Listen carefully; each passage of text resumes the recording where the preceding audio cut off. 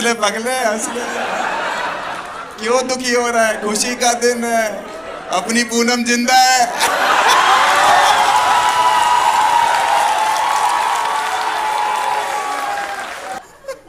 मुझे तो पता ही नहीं था ऐसा कुछ हो रहा भाई। मेरे दोस्त का रोते रोते फोन आया कल, कह रहा पूनम चली गई। मैंने कहा आ जाएगी लौट के। कह रहा ब्रेक लेने थोड़ी गई है भाई, रेस्ट इन पीस लिख के आ रहा है। मैंने कहा क्या रेस्ट इन पीस लिख के आ रहा है? 2 दिन पहले तो रील देखी थी मैंने उसकी। कह रहा बस, कह रहा 2 दिन पहले रील बनाई उसने, कल उसको सर्विकल कैंसर हुआ, आज निकल गई।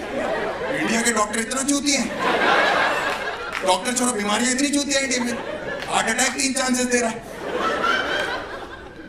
भाई। कहता है कि बहुत दुखी हूँ भाई मैं। मैंने कहा दुखी मत हो भाई। मैंने कहा तू गलत सोच रहा है, कह सकता हो सकता ना ऐसा। कह रहा हाँ भाई हो सकता है हम गलत सोच रहे हो, सर्विकल कैंसर ना हो, कानपुर है उसका मर्डर हो रखा हो।